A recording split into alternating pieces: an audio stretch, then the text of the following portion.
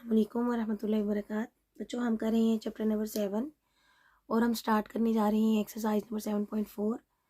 बच्चों, 7.4 हमारी कॉम्बिनेशन से रिलेवेंट एक्सरसाइज है। पहले हम देखते हैं कि कॉम्बिनेशन क्या होता है। Combination of objects means selection of objects, यानी कॉम्बिनेशन क्या है, ये किसी भी ऑब्जेक्ट्स की सिलेक्शन है, यानी हमने कोई चीज़ इसमें सिलेक्ट करनी होती है। आपने ये बात रखी, अरेंजमेंट नहीं है, ये सिलेक्शन है। In the selection of objects order of objects are not important, यानी इसमें ऑर्डर का होना ज़रूरी नहीं है। लेकिन जबकि हमने परमुटेशन में क्या किया था, परमुटेशन में हमारे पास ऑर्डर होता था, लेकिन कॉम्बिनेशन में हमारे पास ऑर्डर बिल्कुल इसमें नॉट इम्पॉर्टेंट है। और कॉम्बिनेशन क्या होता है, the combination is selecting of elements from a collection.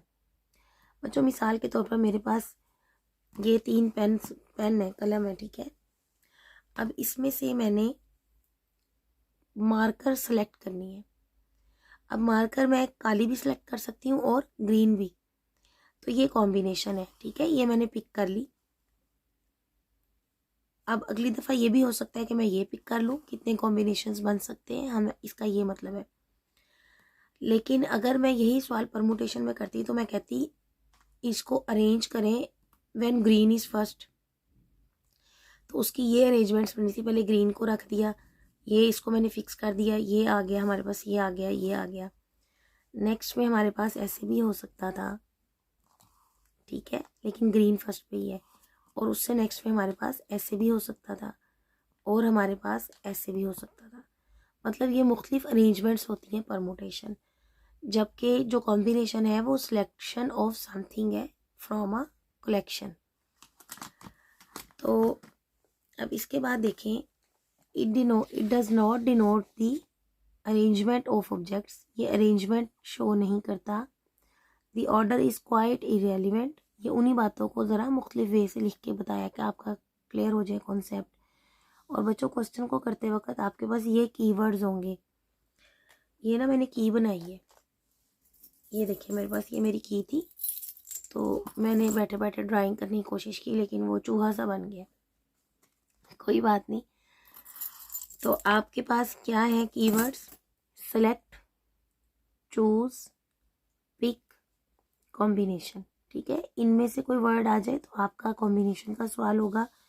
और बच्चों, इसकी एग्जांपल क्या है हमारे पास, अगर देखें हमारे पास ABC प्लेयर्स हों और मुझे 2 की टीम बनानी हो, तो मैं क्या क्या करूँगी, इन 3 में से 2 को सिलेक्ट करूँगी। अब वो सिलेक्ट करते हुए मेरे पास कैसे कैसे प्लेयर्स आ सकते हैं, AB मैं सिलेक्ट कर सकती हूँ, AC कर सकती हूँ, फिर मैं क्या कर सकती हूँ, BC कर सकती हूँ। तो बच्चों, ये हमारे पास कॉम्बिनेशन बन गए। जबकि हमारे पास जो R था वो क्या बन गया, 2, टीम ऑफ 2 है ना। इस जिस तरह उसमें भी हमारे पास था ना, परमुटेशन में भी हमारे पास यही था, NPR। N था total number of objects, R था हमारे पास चूज जो हम उसमें टेक करते थे अरेंजमेंट के लिए। कॉम्बिनेशन में भी हमारे पास जो 3 में से मैंने 2 सेलेक्ट करने हैं वो R है, और जो 3 है वो हमारे पास N है, ठीक है बच्चों। यानी अब ये टीम ऑफ 2 सेलेक्ट जो मैंने की है, अब इसमें सारे प्लेयर्स की बात नहीं है। परमुटेशन में तमाम को इस्तेमाल किया जाता है, फॉर ऑल थिंग्स होती है। ये हमारे पास फॉर सम सिलेक्शन के लिए होता है कॉम्बिनेशन, ठीक है। यानी अब अगर यही सवाल परमुटेशन में होता तो हम ABC तीनों प्लेयर्स को हम इस्तेमाल करना ज़रूरी था, हम तीनों को यूज़ करते हुए काम करते। लेकिन कॉम्बिनेशन में हमने बस 2 को सिलेक्ट करना है और हमने देखना है कि 2 को सिलेक्ट करते हुए हमारे पास कितने ऑप्शंस बन सकते हैं।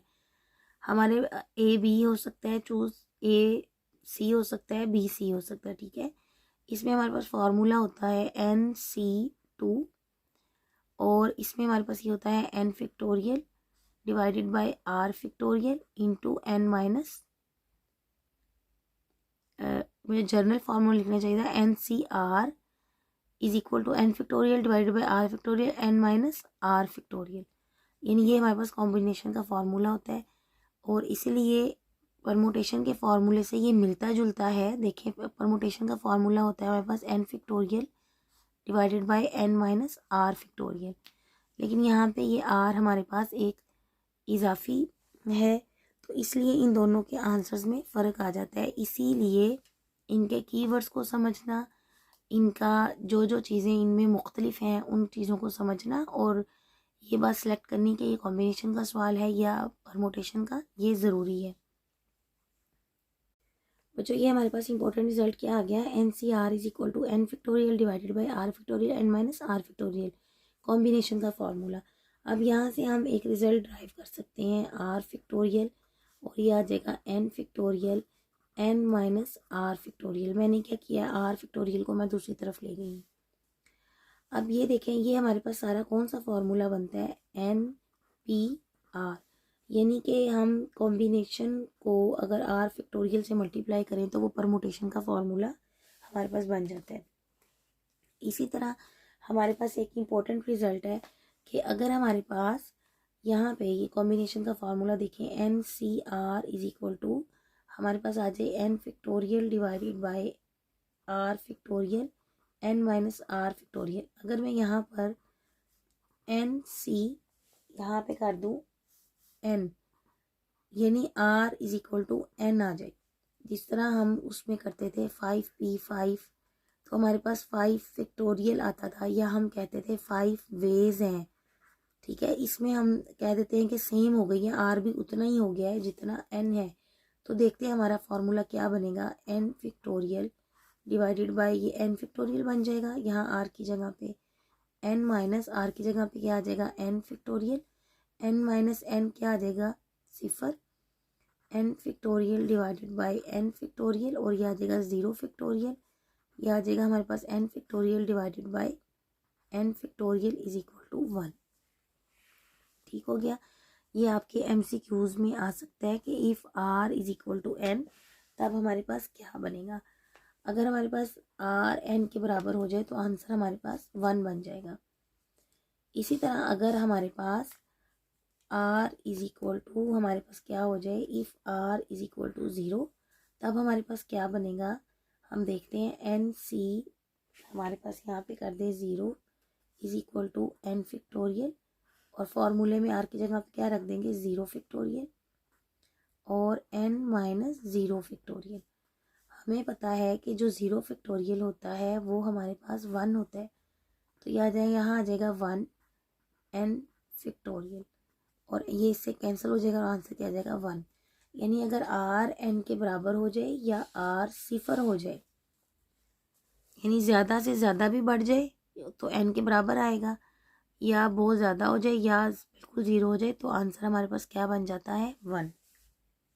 इसी तरह बच्चों एक हमारे पास कॉम्प्लीमेंट्री कॉम्बिनेशन होता है, ये आपने याद रखना है और इसका जो रिज़ल्ट है ये आपका इस्तेमाल होता है सवालों में भी और सवालात में भी इस्तेमाल होने के साथ साथ क्या होगा और पेपर में भी पूछा जाता है आपके।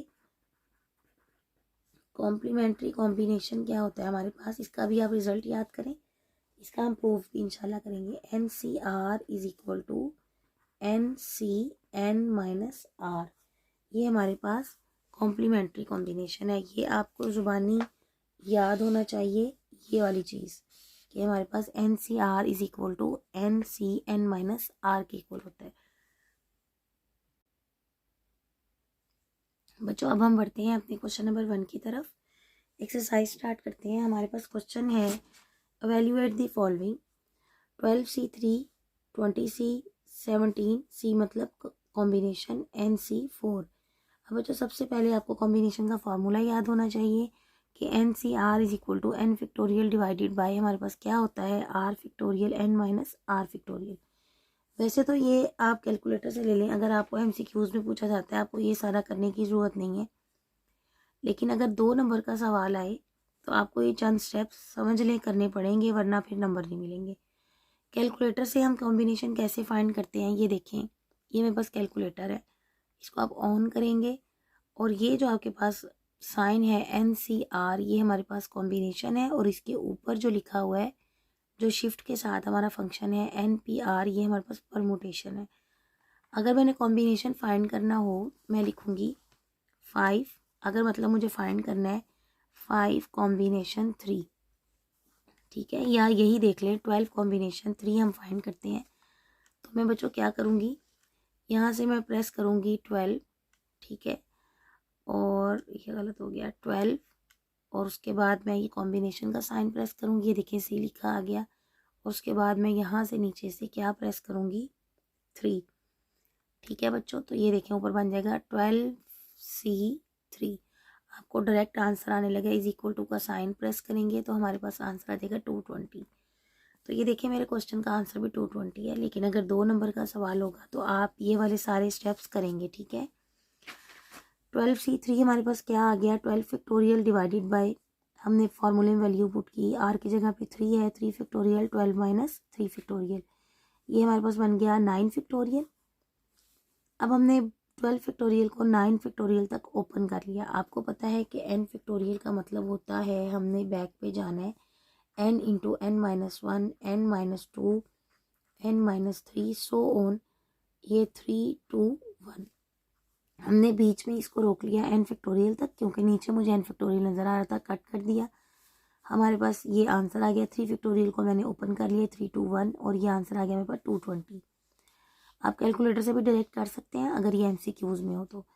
20C17 को हमने दोबारा फार्मूले में डाला, हमारे पास फार्मूला जो था हमने ये वाला n factorial divided by r factorial n minus r factorial, values put की, और 20 को हमने ओपन कर लिया 17 फैक्टोरियल तक, ये हमारे पास आ गया 17 factorial into 3 factorial, 17 factorial 17 factorial से कट हो गया, और हमारे पास आंसर क्या आ गया, ऊपर वाला एज इट इज़, और 3 फैक्टोरियल को ओपन कर लिया, और आंसर हमारे पास आ गया 1140। बच्चों इसी तरह हम अपना थर्ड पार्ट करते हैं। थर्ड पार्ट है हमारे पास NC4 is equal to n factorial, फार्मूले में डाल दिया, हर जगह आप सिंस करके फार्मूला दिखाएंगे। इन चीज़ों से एग्जामिनर पे एक तो इम्प्रेशन बहुत अच्छा पड़ता है, और एक आपका अपना कॉन्सेप्ट बहुत अच्छा हो जाता है, और आपको फार्मूले याद हो जाते हैं। हर दफ़ा क्वेश्चन में सामने फार्मूला लिखें, सिंस ये फार्मूला और मैंने ये वैल्यूज पुट की हैं। n फैक्टोरियल, r की जगह आपने वैल्यू डाली 4, n माइनस r की जगह भी आपने 4 फैक्टोरियल आंसर डाला। उसके बाद आपने इसको नीचे देखें n माइनस 4 तक था, तो मैंने ऊपर से n को खोला, n minus 1, n minus 2, n minus 3, क्योंकि एक एक टर्म हमारे पास कम होती जाएगी, और ये मेरे पास आ गया n माइनस 4 फैक्टोरियल, क्योंकि मेरे पास नीचे n माइनस 4 फैक्टोरियल था। ये इसको कैंसिल हो जाएगा, और ये मेरे पास बच जाएगा, और यही मेरा आंसर आ जाएगा, क्योंकि इससे ज़्यादा मैं इसको मज़ीद सॉल्व नहीं कर सकती। अच्छा बच्चों, आपकी बुक में ना यहीं तक आंसर है 4 फैक्टोरियल तक, लेकिन अगर आप इसको खोल भी देंगे ना, 4 फैक्टोरियल होता है हमारे पास 24, तो भी ये ठीक होगा। अब हम बढ़ते हैं अपने क्वेश्चन नंबर 2 की तरफ। बच्चों क्वेश्चन नंबर 2 है हमारे पास, find the value of n। इस क्वेश्चन को करने के भी 2-3 तरीके हैं, लेकिन मैंने यही वाला कॉम्प्लीमेंट्री सोल्यूशन चूज़ किया है, क्योंकि उससे फिर ये सारे पार्ट ही हो जाते हैं। फिर आपको एक ही बात याद रखनी पड़ेगी कि आपने ये वाला फॉर्मूला याद रखना है, NCR is equal to NCN minus R। अब देखें मैंने इस फार्मूले में इसको डाल दिया है, NC5 एज इट इज़ लिख लिया है, और ये is equal to NCN minus R। तो मैंने यहाँ लिखा NCN माइनस R की जगह पे 4 था। तो मेरे पास देखें कॉम्बिनेशन बिल्कुल इक्वल है, ऊपर से n है, c है, तो नीचे वाली जो चीज़ है 5 और n माइनस 4, ये हमारे पास इक्वल होंगे, तो हमारे पास क्या आ जाएगा 5 is equal to n minus 4। हमने इसका कंपैरिजन कर लिया, जिस तरह हम पावर फार्मूले में कंपैरिजन करते हैं चीज़ों का, इसी तरह हमने इसका कंपैरिजन किया। हमने कहा सब चीज़ें सेम है, तो इसको भी हम सेम कंसिडर कर लेते हैं। 5 plus 4 is equal to n आ जाएगा, और हमारे पास क्या आ जाएगा 9 इज इक्वल टू n। बच्चों आपके जहन में आ सकता है कि हमने इधर ही क्यों n माइनस 4 किया है, इधर हम क्यों नहीं कर सकते n माइनस 5। तो देखें मैंने ये भी आपको करके दिखाया है, NCN minus 5 is equal to क्या आ जाएगा NC4, और ये मेरे पास क्या आ जाएगा n माइनस 5। हमने इन चीज़ों को इक्वल लेना है, NC5 इज इक्वल टू 4, और n हमारे पास अगेन क्या आ जाएगा 9। इसी तरह बच्चों हम इसका पार्ट 2 करते हैं। हमारे पास क्या आ जाएगा NC10 इज इक्वल टू, हमें गिवन है 12 इंटू 11 डिवाइडेड बाई 2 फैक्टोरियल। अब बच्चों यहाँ पे ना हमने इसको ना सम अप करना है कॉम्बिनेशन के फॉर्मूले में, और हमें ये नीचे 10 नज़र आ रहा है, तो यहीं से आप हिंट याद रख लें कि हम इसको, इससे बिल्कुल पीछे वाला क्या होगा, 10 फैक्टोरियल से मैंने मल्टीप्लाई और डिवाइड कर दिया। आपकी एक्सरसाइज नंबर 7.1 में हमने ऐसे ही क्वेश्चंस किए हैं। फैक्टोरियल में हम किसी को कैसे लिखते हैं, तो मैंने फैक्टोरियल में लिखने के लिए इसको मैंने मल्टीप्लाई और डिवाइड कर दिया। अब यहाँ से देखें 12 इंटू 11 इंटू 10 फैक्टोरियल, हम इस सारे को क्लोज कर सकते हैं 12 फैक्टोरियल में, क्योंकि जब मैं 12 फैक्टोरियल को ओपन करूँगी तो मैं 10 फैक्टोरियल तक जाऊँगी। और 10 फैक्टोरियल ने इसलिए इस क्वेश्चन की सेहत पे कोई असर नहीं डाला, क्योंकि अगर मैं इसको काट दूँ तो अगेन हमारे पास यही वाली स्टेटमेंट बन जाती है। चलें जी, नेक्स्ट देखते हैं। 12 फैक्टोरियल आ गया, नीचे आ गया 10 फैक्टोरियल डिवाइडेड बाई 2 को मैंने लिख के देखा है कि मैं क्या ऐसे लिख सकती हूँ, 12 माइनस 10, जी बिल्कुल लिखा जा सकता है। अब मैं इसको बंद कर देती हूँ 12 शीट 10 में। देखें, अगर मैं इस फॉर्मूले के तहत N C are is equal to N factorial divided by R factorial और एन माइनस आर फैक्टोरियल, इस फॉर्मूले में इसको बंद कर दूँ, तो मेरे इसको इस फॉर्मूले में बंद किया है, अगर मैं इसको इस फॉर्मूले के तहत खोल दूँ तो यही बन जाएगा। ठीक है, आप देखें जो पीछे वाला क्वेश्चन था उसमें हमने कहा था कि ये सेम है, एन एन है, सी सी है, और नीचे वाला कंपेरिजन कर लिया था। इस क्वेश्चन में देखें हमारे पास एन इज 12, ये डिफरेंट है लेकिन बाकी दो चीज़ें सेम है, सी कॉम्बिनेशन 10 10, तो इसका मतलब हमारे पास एन किसके इक्वल आ गया, 12 के इक्वल। यानी उसमें हमने नीचे से कान पकड़े थे, इसमें हमने ऊपर से पकड़ लिए। बच्चों नेक्स्ट पढ़ते हैं अपने नेक्स्ट पार्ट की तरफ। हमारे पास यहाँ पे आ गया क्वेश्चन नंबर 2 का third part, NC12 is equal to NC6। अब देखें जब हमें ऊपर वाली दो चीज़ें सेम मिल जानी है ना, एन एन, तो फिर हमने याद रखें कॉम्प्लीमेंट्री लगाओ डायरेक्ट बस। ठीक है, NCR is equal to NCN minus R. अब जब हम कॉम्प्लीमेंट्री हमने लगाया तो आप बेशक इस पे लगा लें या बेशक इस पे लगा लें, पहले सवाल की तरह NC, यहाँ पे हमारे पास क्या आ जाएगा, N माइनस 12, और यहाँ पे सेम एज इट इज़ आ गया। अब हमने कंपैरिजन कर लिया, n minus 12 is equal to 6 आ गया, और n हमारे पास क्या हो गया, 6 प्लस 12 18। ठीक है, अगर मैंने इसको दूसरे तरीके से भी किया, आप ये वाला मेथड चूज कर लें या ये कर लें, आपकी मर्जी है। हमारे पास क्या आ जाएगा, NC, अब यहाँ पे मैंने इसको लिखा है n minus R is equal to NCR, R की जगह पे 6 और 12 है। अब मैंने कंपैरिजन कर लिया तो ये मेरे पास आ गया n minus 6 is equal to 12, और देखिए again n is equal to 18 आ गया हमारे पास।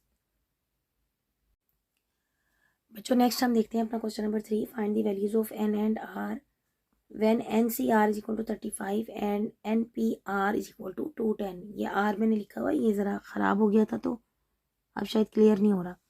NPR is equal to 210। अब यहाँ पे मैंने दोनों के फॉर्मूले डाल दिए। NCR हमारे पास क्या होता है, n factorial divided by r factorial n minus r factorial, और NPR हमारे पास क्या होता है, n factorial divided by n minus r factorial. अब बच्चों यहाँ से देखें, हम पहले इस साइड को हल करते हैं जितना हम कर सकते हैं। 1/r फैक्टोरियल, ये हमारे पास क्या आ गया, n factorial divided by 1/r factorial को मैंने ज़रा अलग कर लिया और इसको मैंने ज़रा अलग करके लिख दिया। अब ये जो सारा फॉर्मूला था हमारे पास, ये किसके इक्वल आ गया, NPR के। ठीक है, और NPR हमें किसके इक्वल गिवन है, 210 के इक्वल। यहाँ से मैंने उठा के 210 की वैल्यू पुट कर दी, NPR की वैल्यू 210 पुट कर दी। ये हमारे पास क्या आ गया, 1/r फैक्टोरियल, 210 को मैं उधर ले गई। ठीक है, डिजिट्स को मैंने एक तरफ इकट्ठा कर लिया, ये आ गया हमारे पास 1/r factorial is equal to 35 divided by 210। अब r फैक्टोरियल ना मुझे ऊपर चाहिए हल करने के लिए इसको, तो मैंने इसका रेसिप्रोकल ले लिया r फैक्टोरियल, और ये भी जाहिर है जब मैं इसका रेसिप्रोकल लूँगी तो इसका भी लूँगी, तो ये मेरे पास आ जाएगा 210 डिवाइडेड बाई 35। अगर आप इसको काट दें कैलकुलेटर से तो ये आएगा 6। अब फैक्टोरियल नोटेशन को ख़त्म करने के लिए दोनों तरफ फैक्टोरियल होना ज़रूरी है, तो 6 है ना हमारे पास, तो इसको हम फैक्टोरियल नोटेशन में लेके जाएंगे तो ये होगा 3 फैक्टोरियल, क्योंकि जब हम इसे ओपन करेंगे तो आंसर क्या आएगा, 6। फैक्टोरियल फैक्टोरियल से कैंसिल हो गया और r इज इक्वल टू 3, यानी r मुझे यहाँ से मिल गया है। वन साइड को सॉल्व करने से मुझे r मिल गया है। अब मैं दूसरी तरफ जा रही हूँ, अब मैंने यहाँ पे देखें, इसको मैंने यहाँ से खोला, n into n minus 1, n minus 2, n minus 3 factorial. अच्छा बच्चों, यहाँ आके मैं पहले आपको एक बात बताना भूल गई कि ये देखें, यहाँ मैं 3 तक क्यों गई हूँ, 3 पे मैंने क्यों स्टॉप कर दिया, क्योंकि मेरे पास यहाँ से मेरे पास r बच्चों क्या आया था, r इज इक्वल टू 3 आया था। अब इसका मतलब है कि जो ये फॉर्मूला था N P R is equal to 210, ये कुछ ऐसा हो गया, N P 3 is equal to 210, ये यूँ बन गया। ठीक है, अब मैंने इसको 3 फैक्टोरियल तक खोला, क्योंकि अगर यहाँ पे मैं 3 पुट कर दूँ फॉर्मूले में, जब मैं इसमें भी वैल्यू पुट करूँगी तो यहाँ पे क्या आएगा, n माइनस 3 फैक्टोरियल। ठीक है ना, तो नीचे चूँकि मेरे पास 3 फैक्टोरियल था, तो मैंने ऊपर वाला फॉर्मूला भी n को भी मैंने 3 फैक्टोरियल तक ओपन कर लिया ताकि ये इससे कैंसिल हो जाए। और ये 3 मुझे कहाँ से मिला था, ये मैंने अभी यहाँ से मैंने फाइंड आउट किया था, यहाँ से r इज इक्वल टू 3 से। अब यहाँ पे भी ये कट हो गया, ये आ गया n into n minus 1, n minus 2 is equal to 210। अब ये 210 जो होता है, अगर हम इसे मल्टीप्लाई करें 7 इंटू 6 इंटू 5, तो मेरे पास ये 210 के इक्वल होगा। अब आपको कैसे याद रहेगा कि ये 210 के इक्वल है, आपको कैसे से भी याद नहीं रहेगा, आप इसको याद रखेंगे कि ये इसकी मल्टीप्लिकेशन होती है 765 की। अगर आपने याद नहीं रखेंगे तो आप पेपर में ज़रूर भी देते रह जाएंगे कि कौन कैसे बनता है। तो थोड़ा सा आप यहाँ पे इसको याद रखेंगे, ज़हन नशीन कर लें कि इन डिजिट्स की जो मल्टीप्लिकेशन से हमारे पास 210 आता है। अच्छा, थोड़ा अगर ज़्यादा भूल जाए ना, तो याद ना आ रहा हो, तो थोड़ा सा यहाँ से आप थोड़ी सी हिंट्स ले सकते हैं, लेकिन ज़्यादा नहीं। 210 आ गया, इसको 2 से, हमारे पास ये 2 से डिवाइड होता है, तो ये हमारे पास आ गया 105, और ये हमारे पास आ गया 5 से ये दोबारा हो जाएगा 5 और 1, और ये हमारे पास आ गया 7 और 3। तो थोड़ा सा यहाँ से आप याद रख सकते हैं, लेकिन ये कोई कुलिया नहीं है, बस थोड़ी सी समझ लें कि हिंट ही है कि अगर ऐसे हो जाए तो चलें, ऐसे आपको ज़रा मिल जाएगी सेंस के 7 है सबसे बड़े, पहले 7 लिख दें, फिर 3 2 बार 6 और फिर 5, ये बस एक जुगाड़ ही है, समझ लें, और कुछ नहीं है। लेकिन मेन बात यह है कि आपको ये याद रखना है, n into n minus 1, n minus 2 is equal to 765। अब देखें इसके कंपैरिजन पे ना, यहाँ पे एक n है, फिर n से एक वैल्यू कम है, फिर एक वैल्यू और कम हो रही है, इसी तरह देखें इनमें से भी एक एक लेस हो रहा है। तो मैं यहाँ पे लिख लूँ इसको 6 को 7 माइनस 1 और इसको 7 माइनस 2, तो देखेंगे बिल्कुल वैसी सी चीज़ें बन गई हैं, पहले पूरी, फिर एक कम, फिर उससे 2 कम। तो मैं अब कंपैरिजन कर सकती हूँ, n इज इक्वल टू क्या आ जाएगा मेरे पास 7। तो बच्चों दो चीज़ें हमें फाइंड करनी थी, एक n और r, तो आपको यहाँ से आ गया r भी मिल गया और n भी मिल गया। अब हम इसका नेक्स्ट पार्ट करते हैं। जो क्वेश्चन नंबर 3 का सेकंड पार्ट है हमारे पास, कि उसने हमें ये स्टेटमेंट दी हुई है और बीच में हमें रेशो का साइन दिया हुआ है। ठीक है, हमने पहले लिख लिया कि हम इसको सोल्व करने के लिए n-1 combination r-1 ratio NCR is equal to, मैंने यहाँ से ये 2 चीज़ें चूज़ की, तो इधर से भी मैंने यहाँ से 2 चूज़ कर ली, 3:6। और अब मैंने अगर ये 2 लूँगी तो यहाँ से भी मैं ये 2 चूज़ करूँगी। ठीक है, एक तरफ मैंने ये वाली ले ली और एक तरफ मैंने ये वाली ले ली, NCR रेशो n+1 CR+1, और ये मेरे पास क्या आ गया 611। अब बच्चों रेशो का मतलब होता है डिवीजन, यानी ये मतलब होता है। ठीक है, और 3/6 आ गया, और इधर भी मैंने रेशो में डिवाइड लिख दिया और इधर भी मैंने डिवाइड लिख दिया। अब हम पहले इस साइड को सारी को सॉल्व करेंगे, फिर हम इसको सॉल्व करेंगे। करना कुछ भी नहीं है बच्चों, ये बड़ा आसान सवाल है, लेकिन ना ये ज़रा देखने में थोड़ा सा खौफनाक है। अब देखें यहाँ पे ना ये डिवीजन है, मैंने डिवीजन ही रखी है। आप ऐसे भी कर सकते हैं कि ऊपर नीचे फार्मूला पुट कर दें, उसमें ना ज़रा खिचड़ी ज़्यादा मिल जाती है, तो आपने ना ये वाला तरीका इख्तियार करना है। इसमें बच्चा ना गलती ज़्यादा कर देता है, क्योंकि फिर फार्मूले में भी हमारे पास ओवर आ जाता है, तो वो 4 दफ़ा लाइन आ जाती है और बच्चा बिल्कुल कंफ्यूज हो जाता है और उसको पता ही नहीं चलता मैं कर क्या रहा हूँ, किधर को जा रहा हूँ। तो आपने, इसका मतलब ये है, आप ऐसे भी कर सकते हैं, लेकिन आपने इसको डिवीजन में ही लेके चलना है। फॉर्मूला जस्ट मैंने कॉम्बिनेशन का पुट किया, जो कि मेरे पास होता है NCR यहीं पे लिख दूँ, लेकिन ये और गंदा हो जाएगा। क्या होता है हमारे पास formula, n C are is equal to N factorial divided by are factorial N minus are factorial. ठीक है बच्चों, इस फार्मूले में मैंने वैल्यू डाली। देखिए एन फैक्टोरियल की जगह पे मेरे पास क्या आ गया, एन माइनस वन फैक्टोरियल, और इसके साथ क्या आ गया, आर फैक्टोरियल की जगह पे क्या आ गया, आर माइनस वन फैक्टोरियल, और ये मेरे पास आ गया एन माइनस आर। तो N minus one minus R, और ये माइनस से क्या हो जाएगा, प्लस हो जाएगा, और यहाँ पे आप फैक्टोरियल डालेंगे डिवाइडेड बाय। अब आप ये वाला फॉर्मूला पुट करेंगे, ये क्या आ जाएगा, एन फैक्टोरियल डिवाइडेड बाय, यहाँ पे क्या आ जाएगा, आर फैक्टोरियल और एन माइनस आर फैक्टोरियल। आपने सिंपल कॉम्बिनेशन का फॉर्मूला लगा दिया और इज इक्वल टू आ गया 3/6। अब बच्चों ये इसके ना डिवीजन में है, तो जब इसका सारी ओवर में चीज़ होगी तो वो जब ऊपर जाएगी तो क्या हो जाएगी, मल्टीप्लाई हो जाएगी। यानी अब हम इसको मल्टीप्लिकेशन में लेके जाएंगे तो इसका क्या ले लेंगे, रेसिप्रोकल ले लेंगे अपनी स्टेटमेंट को सीधा करने के लिए। डिवीजन से हम मल्टीप्लिकेशन में जाएंगे तो नेक्स्ट जो चीज़ होती है उसका रेसिप्रोकल आ जाता है। अब मैंने इस स्टेप में क्या किया है, ये 1 से कैंसिल हो गया, ये आ गया मेरे पास n minus one factorial divided by r minus one factorial into N minus are factorial, और डिवीजन मल्टीप्लिकेशन में, और इसका रेसिप्रोकल आ गया। नीचे वाली सारी चीज़ ऊपर आ गई, R factorial into N minus are factorial divided by N factorial is equal to as it is. अब ये मैंने इसलिए सारा किया था कि ये चीज़ें देखें कैंसिल हो गई। ठीक हो गया। अब बच्चों मुझे ना इसमें फैक्टोरियल नोटेशन को ख़त्म करना है। फैक्टोरियल नोटेशन को ख़त्म करने के लिए मैं अपनी नज़रें तेज़ तेज़ घुमाऊंगी तो मुझे नज़र आएगा कि आर को अगर मैं एक दर्जा खोल लूँ तो ये आर माइनस वन फैक्टोरियल बन जाएगा। इसी तरह अगर मैं एन को एक दर्जा खोल लूँ तो वो एन माइनस वन फैक्टोरियल बन जाएगा।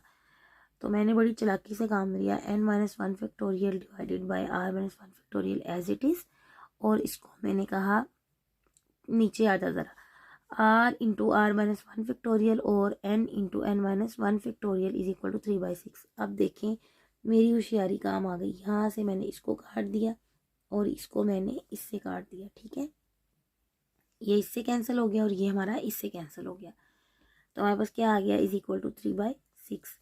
अब यहाँ से बच क्या गया, R divided by N is equal to 1/2।